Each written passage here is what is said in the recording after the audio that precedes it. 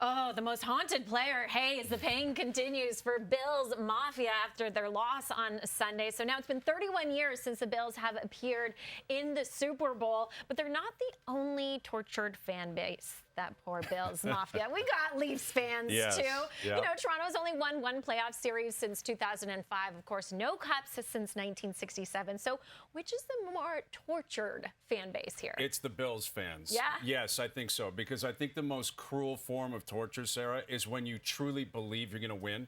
You truly believe it's going to be different, and it just gets snatched away from you. And there's so many examples of that happening for the Bills and for Bills fans, right? Over the last 35 years, they went to 4 straight Super Bowls. So there were countless examples of them going into a new season, going into a new playoff run, going into a particular game where they truly believed. And then within those games, Scott Norwood runs out with a field goal chance to win the Super Bowl back in the early 90s. At that point, you breathe if you're a Bills fan. You think it's finally going to happen. I believe they're going to win the Super Bowl. Wide right. 13 seconds, right? You have the lead at Arrowhead. It's 13 seconds left. You think not even Mahomes, not even Reed, not even Kelsey, not even Tyreek Hill, not even them, not even they can get out of this, and they found a way to do it. So it just continues to happen for Bills fans. They continue to be so close, and it gets ripped away. Unfortunately, that's not been the case for Leaf fans. It's also a tortured existence being a Leaf fan. It's very, very dark. It's very, very tough.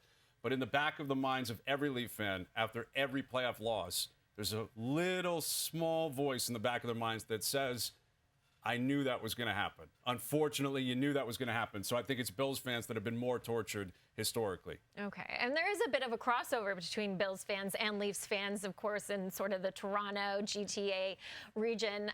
So with that said, each franchise really does have their kryptonite. You've got the Bills and the Chiefs. You've got the Leafs and the Bruins. So when you're each one of these fan bases, which team do you hate more? I think you hate the Bruins more if you're a Leaf fan. And the reason I say that is you have to respect the Chiefs. You can hate them, but you have to respect them, right? Because they're so great. They're so perfectly run. They always execute, and they always end up winning. After they beat you, they go on and they win the Super Bowl. That doesn't happen with the Bruins, right? The Bruins in 2013, they went to a Cup final, lost. In 2019, when they beat the Leafs, they went to a Cup final, lost. Other times they'd beat the Leafs, and then they'd lose in the next round or the round after that. It always felt incomplete. And there was a part of Leaf fans, I know this from experience, where you look at the Bruins and you remember that it was self-inflicting. The Bruins represent a hatred that goes the opposite way. You start looking in the mirror and say, how could the Leafs not find a way to do it?